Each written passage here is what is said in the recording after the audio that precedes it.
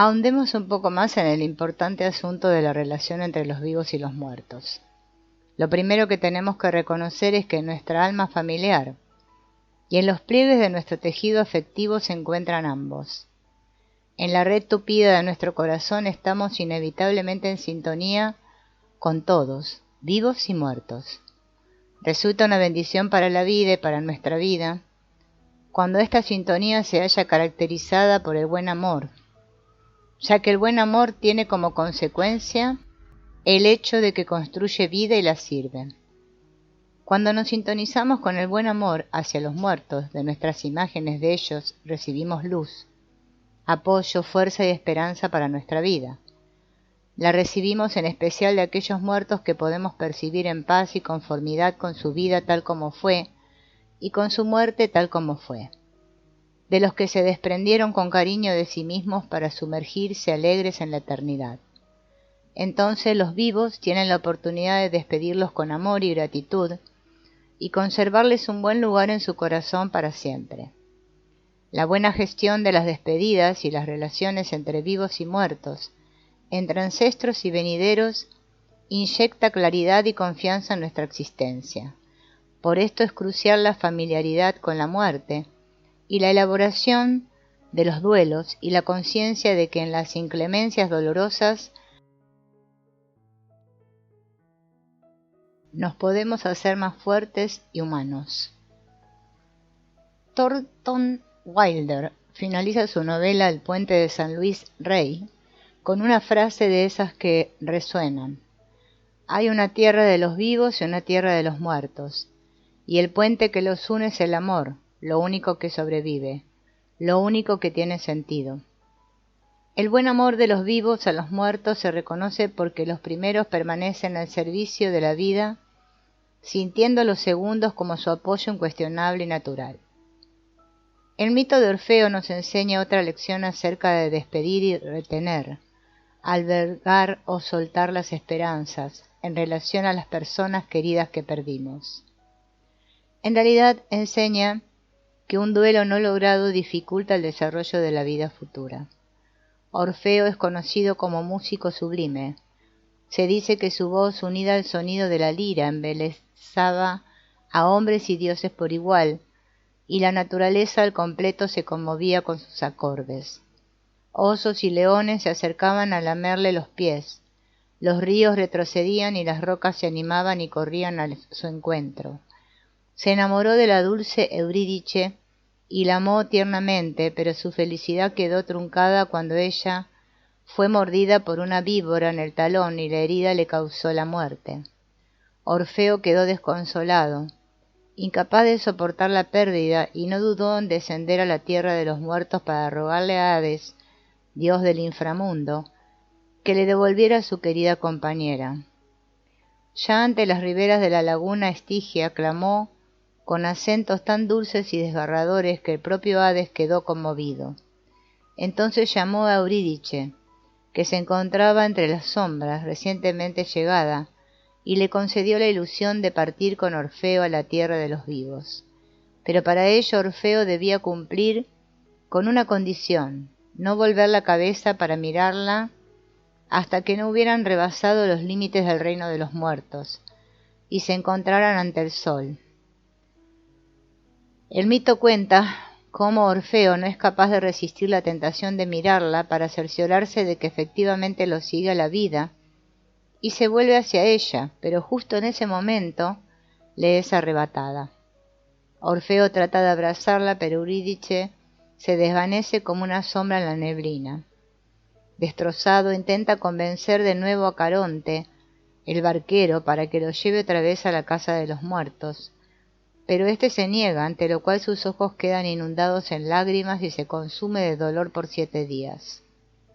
Después jamás logrará amar a otra mujer y seguirá suspirando por Eurídice, hasta que en venganza por los desprecios que procuró a tantas mujeres que lo hubieran deseado de nuevo, es destrozado por ellas, disfrazadas de Ménades en la fiesta de Baco. Lo que podemos aprender de esta historia es que el ecuador de un duelo se traspasa cuando tomamos la decisión de regresar a la vida y resistimos la tentación de girarnos hacia los muertos. Es decir, cuando podemos desprendernos de lo perdido, conservándolo a la vez como recuerdo vivo, con gratitud y alegría, por lo que fue posible, por lo que pudimos dar y recibir, amar y ser amados. Cuando dejamos partir nuestros muertos hacia el gran reposo. De este modo ellos se sienten respetados y sonríen y miran a los vivos con el deseo de que estén felices y avancen confiados en sus vidas. Orfeo sucumbió a la debilidad de su corazón, incapaz de soltar con amor a su amada Eurídice y respetar su destino, y de este modo ya no pudo reconstruir una nueva vida afectiva, siendo trágicamente castigado por ello. Cuando un nuevo ser nace a la vida, nace a su campo de pertenencia, con toda su historia y con todas sus consecuencias. Jamás nace en blanco, nace con mucho pasado, el de su árbol familiar. Lentamente se entreteje su conciencia personal. En ella es bueno lo que le asegura seguir perteneciendo a su familia, y malo aquello que lo pone en peligro.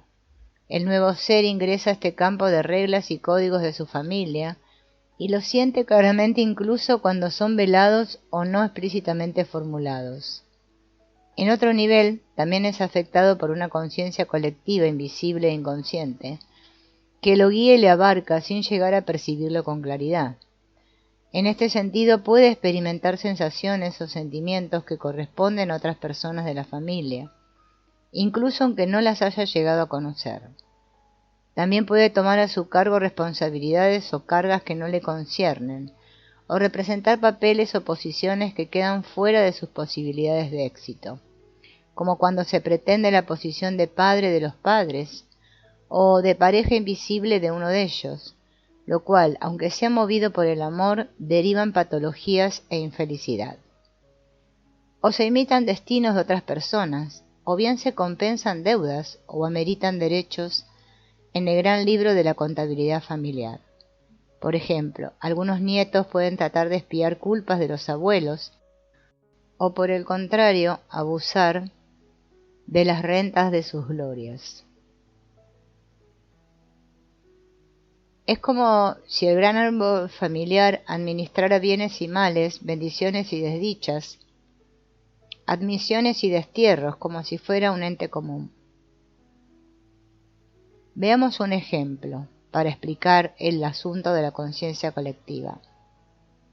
Una mujer joven experimenta un increíble y estable dolor emocional referido a su relación de pareja. Un dolor inexplicable que le impide confiar en su compañero, aunque comprende que no hay razones reales para ello. Parece algo fuera de control, como si viniese Dios sabe de dónde. El trabajo de la constelación muestra cómo este dolor emocional pertenece a la abuela materna, que en su momento tuvo que reprimirlo para mantener su fuerza orientada a la supervivencia. Resulta que el abuelo murió muy pronto, dejando a la abuela con 5 hijos pequeños. Podemos imaginar el dolor que tuvo que contener.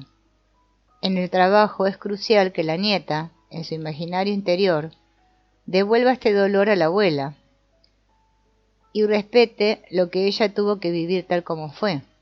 Al fin y al cabo, la vida avanzó y todo salió bien en muchos sentidos.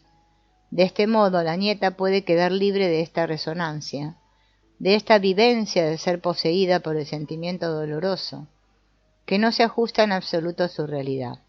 La realidad de la nieta es muy diferente. No vive ningún abandono por parte de su pareja, ni ningún riesgo de abandono, pero experimenta sentimientos como si estuviera ocurriendo. ¿Quién los sufrió y no pudo integrarlos? La abuela. Y con ella tiene que quedar. Así actúa esta conciencia colectiva, cuidando de que nada quede excluido en el sistema, de manera tal que personas posteriores puedan implicarse inconscientemente en asuntos de los anteriores a través de sus propios problemas. Otro ejemplo. Un hombre consulta también por sus dificultades de pareja, ya que siente que no consigue desprenderse de la madre y darle un lugar crucial a una mujer. En la constelación se refleja la importancia de la primera pareja de la madre, que murió accidentalmente. Después la madre se casó de nuevo y tuvo hijos con el padre del consultante. Se pone de manifiesto que, de manera no consciente, la madre extiende hacia este hijo los sentimientos que experimentó hacia su primera pareja, con lo cual el hijo se siente muy especial para la madre y extraño para el padre. Una especie de hilo invisible conecta a este hijo con la madre y con el primer marido de la madre a través de la conciencia colectiva. La solución consiste en desprenderse de esta implicación y tomar el lugar del hijo al lado de su padre, reconociéndole su grandeza y primacía. A menudo, la conciencia colectiva inconsciente compite con la conciencia personal, de manera que ambas pueden llegar a contraponerse. Si la conciencia personal trata de preservar nuestro instinto mamífero de pertenecer y seguir conectados, tramitando exclusiones hacia algunas personas, a veces incluso el padre o la madre, con ligereza y sentimientos de justicia, la conciencia colectiva, por el contrario, no admite exclusiones, ya que cuida del todo. Esto es, vela por la completitud del gran organismo familiar. Trata de preservarlo íntegro, como un todo, imponiendo para ello ciertas leyes o reglas cuya transgresión acarrea sufrimiento a las personas. Leyes de la conciencia colectiva. Las leyes principales de la conciencia colectiva son: 1. Impone el reconocimiento de la precedencia y la descendencia entre las personas en su sistema familiar, lo cual conlleva la toma en consideración de los derechos y las jerarquías relacionadas con la antigüedad en el orden de aparición en la escena familiar. Un sistema familiar gana paz y fuerza cuando cada miembro reconoce, asume y ocupa con claridad el lugar que le corresponde, el de padre, el de hijo, el de pareja, etc., creando así con solidez y creciendo. La conciencia individual compite con la colectiva cuando un miembro se implica, por ejemplo, elevándose por encima del padre o la madre, en un intento de cuidarlo o cuidarla, o de llevar sus cargas, sus problemas o sus culpas. Cuando la conciencia colectiva le asigna un lugar subordinado a los padres, siguiendo la regla de la prioridad para los precedentes. 2. El imperativo de que nada, sentimientos, actitudes o vivencias, ni nadie, de todos los que forman parte, se pierde en el alma familiar.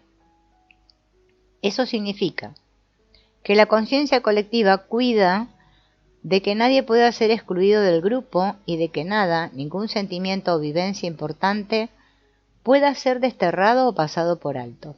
Se garantiza que todo lo que es tenga derecho a ser y que todos los que son y forman parte encuentren su acomodo y su lugar en el campo familiar. La conciencia personal tramita su lealtad al grupo por el procedimiento de la exclusión de los considerados indignos o malos.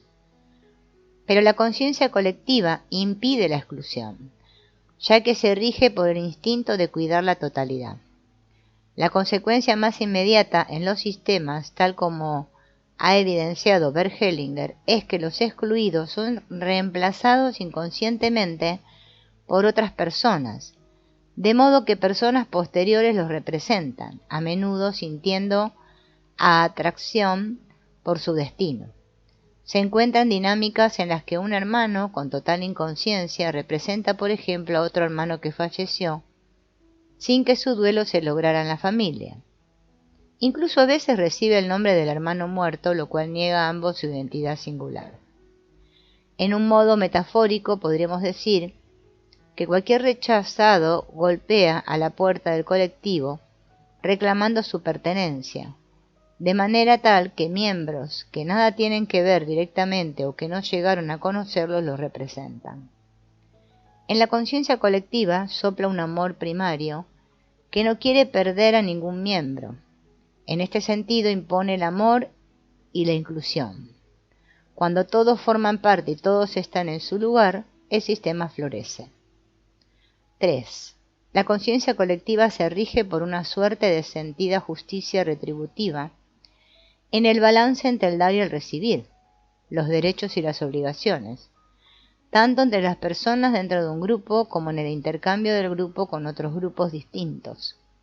todo grupo familiar y en general cualquier agrupación humana se encuentra sumergida en poderosas corrientes impulsadas por el sentido de la justicia y el reconocimiento equilibrado de derechos y obligaciones. Por ejemplo, si alguien en un sistema toma más de lo que le corresponde o recibe privilegios a costa del dolor de los demás, luego él mismo u otros posteriores pueden querer expiarlo ocultamente con daños, enfermedades o fracasos. O a veces aquellos que tomaron menos de lo que les correspondía se creen con el derecho de sentirse mejores que los demás por su aparente generosidad, o quizás se vengan de ellos con su arrogancia y haciéndoles sentir en deuda constante. En fin, vemos que el sentido de justicia y el cuidado del equilibrio en el intercambio son cruciales para el desarrollo y la supervivencia de los sistemas. En la perspectiva del tiempo, la contabilidad general entre las personas del sistema y la contabilidad general con los otros sistemas tiende al cero, al equilibrio en el fiel de la balanza. Si la conciencia individual permite robar, matar y expoliar a otros grupos rivales, por ejemplo, como se puede ver en las guerras, conflictos y enfrentamientos, y lo permite de una manera leal, inocente y apasionada hacia el propio grupo, en otro nivel, el de la conciencia colectiva y la presión que ejerce de una sentida justicia retributiva entre grupos, pretenderá el balance cero mediante tragedias y pérdidas propias. O al revés, se pretenderá venganza por daños sufridos. Por eso algunos pueblos pasan secuencialmente de perseguidores a perseguidos y viceversa. O algunas familias que se enriquecieron a costa del tormento de otras personas sufren pérdidas accidentales de personas o bienes más adelante. Ganancias sentidas como injustas porque ocasionaron daños en los demás conllevarán quizás pérdidas inevitables, aunque afecten más adelante a personas que no participaron personalmente.